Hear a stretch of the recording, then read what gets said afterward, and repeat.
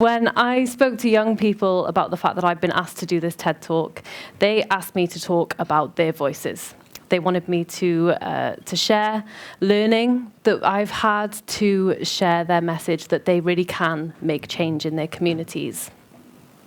So a bit about me, I'm Becca. As Clive said, I am 27, and I grew up in a little village on the outskirts of Ceredigion in South Ceredigion. Now, if you were to ask me to describe Ceredigion now as an old person, I did say old person. Young people think that anyone born before the 2000s is absolutely ancient. So I have to admit that I am now an old person. I speak from an old person's perspective. I would tell you that it is vibrant, it's peaceful, it's beautiful even, it's full of people with different stories, and it's full of a vibrant youth community who are eager for change, who are hungry for change, and who are really speaking up in their communities. But if you'd have asked me to describe Ceredigion or even Ceredigion when I was growing up, I'd have told you it was crap. It was dead, boring, pointless. Nothing ever changed in the area when I was growing up. The same people worked in the same jobs as they did when I was tiny. There was nowhere to go, nothing to do. It really was uninspiring. So like most young people who grew up in West Wales or a rural place, I wanted to get out. I moved, went to the big smoke, Cardiff, and went to university there, lived there for several years. It was in Cardiff that I learned to find joy. I celebrated individuality, I became more outspoken, I became more confident, and I was able to take part in experiences and opportunities that weren't afforded to me previously. It was only when I came back here in 2021 that I realised that young people were still experiencing the same lack of opportunities, of access to support, to services like I had faced growing up, and that they still weren't a focal point in their community. So I stuck around. I worked with a truly youth-led organisation who had a platform, who gave me a voice, stood with other young people and spoke truth to power, and I stayed here for a little while. In Ceredigion, we really have made that change, and it's working across Ceredigion too. Youths. So there is this belief in society that youths, or the troubled and troublesome, delinquents, youngsters, whatever nickname you want to call them, that they cannot make decisions for themselves. They can't make decisions about their well-being. We must tell them what they need. Right? Young people don't know what they want. They don't know what they want. I didn't know what I wanted when I was younger, so why would they know what they want now? They're not experienced enough. They haven't got the skills. All of these things, it's not true. Young people are sick of hearing these comments in the same meetings over and over again. And they've asked me to remind you that actually young people are aged 25 and under. That means that a lot of them are legally adults. So if we break that down, a 23-year-old could be in their second year of a teaching position. Not only are they trusted with their own lives, but they are trusted with the lives of other young people. So why isn't another 23-year-old who is in different circumstances, on a different career path, trusted the same? At 18, they're old enough to join the army, to vote, to marry, to drink alcohol. At 16, they're old enough to consent to sex. They might live on their own. At 14, they could be caring for a family member. And at 10, they're considered responsible enough for their actions to be tried in a criminal court. The cognitive dissonance is astounding. For years, young people have stood aside and watched people in power, and organisations use them as a tick box exercise. They'll shove them a quick survey, hope that they fill it in, and call it consultation. Well, I'm willing to bet that most, if not everyone in this room, has filled out a survey before, and we all know that feeling.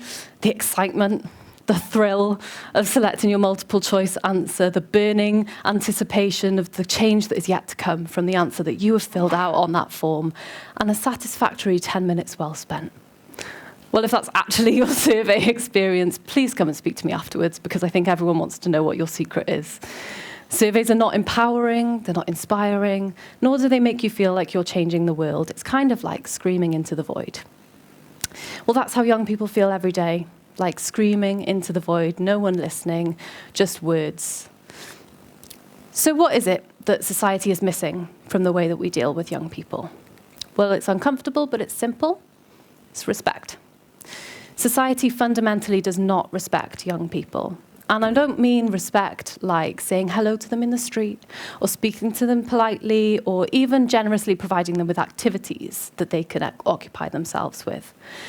What I mean is that young people are not deserving to be, like, automatically deserving of our respect, but adults are. Young people are expected to earn our respect, and if they don't, then we use coercive powers to fit a square peg into a round hole. So, why is youth voice so important? What is it? Why am I here today? Why am I banging on about empowering youth voice? Well, disenfranchisement, for one. If we don't have engaged youth, then the society's future hangs in the balance. Genuinely, we have to rectify that. People who feel powerless struggle to help themselves. People whose voices are ignored for too long become radical. I don't know if you've heard that Gen Z want to have a dictatorship now. And if that's something that doesn't make you want to drive change, then I'm not sure anything will. Innovation, creativity, untapped genius, all of this is lost without young people feeling like they can speak up. It's not about you. Just because something worked for one generation does not mean that it's going to work for another. Young people should live in a world that's useful and current for them now, the world that they live in now, not the one from generations ago.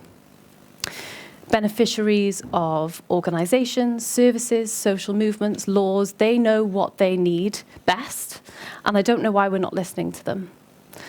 If you don't, you become irrelevant. So what is it? What is it that we need to do? What is the change that needs to happen in order to empower youth voice? Well, firstly, we start again. Scrap anything that you think you know about adults knowing better than young people and give them the power to make change. Make a commitment, a genuine commitment to young people, and tell them that you believe in them.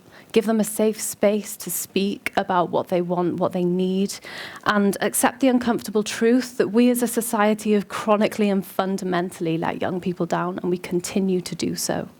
And I know it's scary, but you've got to hand over the power.